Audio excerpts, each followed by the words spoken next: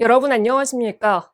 코로나19 장기화로 원격 수업이 확대되면서 학교 폭력 발생이 감소했는데요. 반면 언어 폭력과 사이버 폭력 비중은 증가하고 학교 밖 폭력도 늘어난 것으로 조사됐습니다. 정부는 학생이 수시로 진행하는 온라인 자가진단 검사를 통해 피해 징후를 감지하고 각종 피해를 신고할 수 있도록 지원할 예정입니다. 3월 24일 목요일 투데이샷 첫 소식입니다.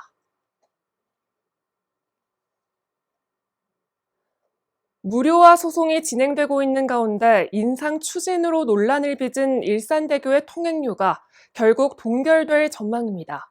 경기도의회 건설교통위원회는 오늘 무료화 소송이 종료될 때까지 일산대교 통행료 인상을 무기한 중단하라고 요구했습니다. 경기도가 제출한 의견 청취안은 일산대교와 제3경인고속화도로, 서수원 의왕 구간 등 3개 민자도로의 통행료를 인상하기 위한 건데요.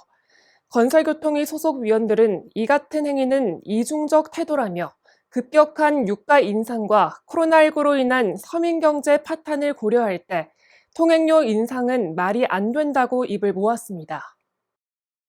최근 고양시가 수도권 일기 신도시 단지들의 리모델링 사업 본격화를 위한 발빠른 행보로 이목이 집중되고 있는데요.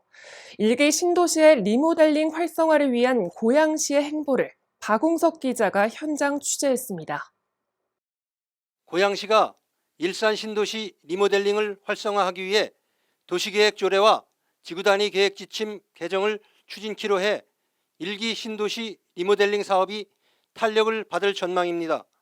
일기 신도시 리모델링 및 재건축 완화는 윤석열 대통령 당선자의 공약 사업으로 지은 지 30년이 도래하는 일기 신도시 리모델링 사업이 본격화할 것으로 예상됩니다.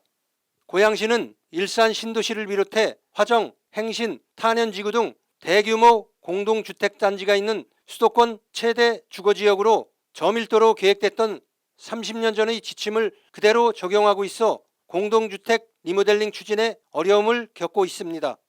시는 추경에 지구단위 계획 정비를 위한 예산을 반영하고 리모델링 활성화를 위한 정비 절차를 추진할 계획입니다. 리모델링은 당연히 여기 해야 되죠.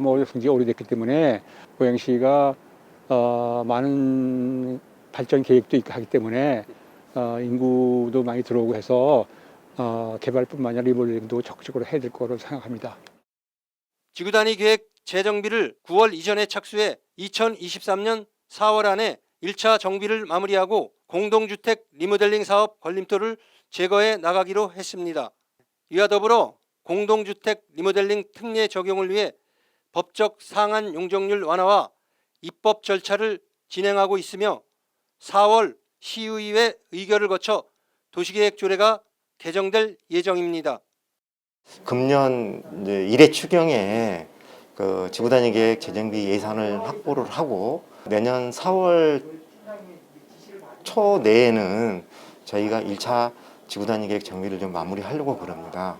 시에서는 이와 더불어서 리모델링 지원센터를 별도로 좀 구성을 해서 거기 주민 의견을 적극 수렴하고 그 다음에 이제 전문가 간담회 같은 것을 정례화해서 적극적으로 지원해 나갈 계획입니다. 고양시는 일산 신도시 등의 리모델링 사업이 신속히 추진될 수 있도록 지원센터를 설립하고 전문가 의견과 지역 주민들의 요구사항을 적극 반영할 계획입니다. 일간경기TV 박웅석입니다. 박남춘 인천시장이 오늘부터 모레까지 서해 최북단 대청도와 소청도, 백령도를 차례대로 방문합니다. 찾아가는 현장 시장실의 일환인데요. 박 시장은 임기 중 3번째로 이곳을 찾아 주민들과 소통의 시간을 가집니다. 첫날인 오늘은 백령도와 대청도를 방문해 백령공항 건설사업 예정지 현장 점검을 나온 예타조사 연구진을 만났습니다. 이 자리에서 백령공항 건설의 필요성과 지역 주민들의 염원을 전달했습니다. 내일과 모레는 백령도 주요 사업 현장을 찾아 현안 사항과 건의 사항을 청취할 계획입니다. 40년 산업화 과정을 한눈에 담을 수 있는 안산 산업역사박물관이 오는 7월 개관을 앞두고 준공식을 가졌습니다. 안산 산업역사박물관은 경기도 최초이자 국내 최대 규모로 지금의 대한민국을 잇게 한 각종 산업유물이 전시될 예정인데요.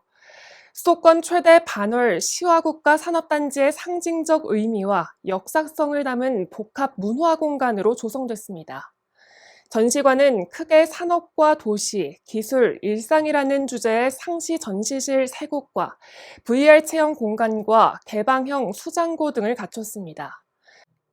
특히 전시 공간을 하나의 흐름으로 이어주는 고리 형태의 전시 둘레길이라는 콘셉트가 반영된 박물관은 화랑 유원지의 빼어난 경관도 만나볼 수 있습니다.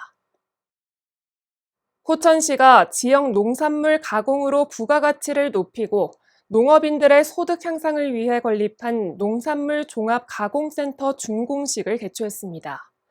농산물 종합가공센터는 군내면 용정 일반 산업단지 안에 마련됐는데요.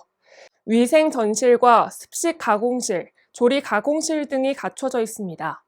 또 잼 농축기 등 42개 종류, 총 45대의 가공 장비를 설치해 잼과 즙 등을 제조 생산할 수 있습니다. 시는 이번 센터 준공이 농산물 가공 활동의 효율적인 보급과 확산에 도움을 줄 것으로 기대하고 있습니다.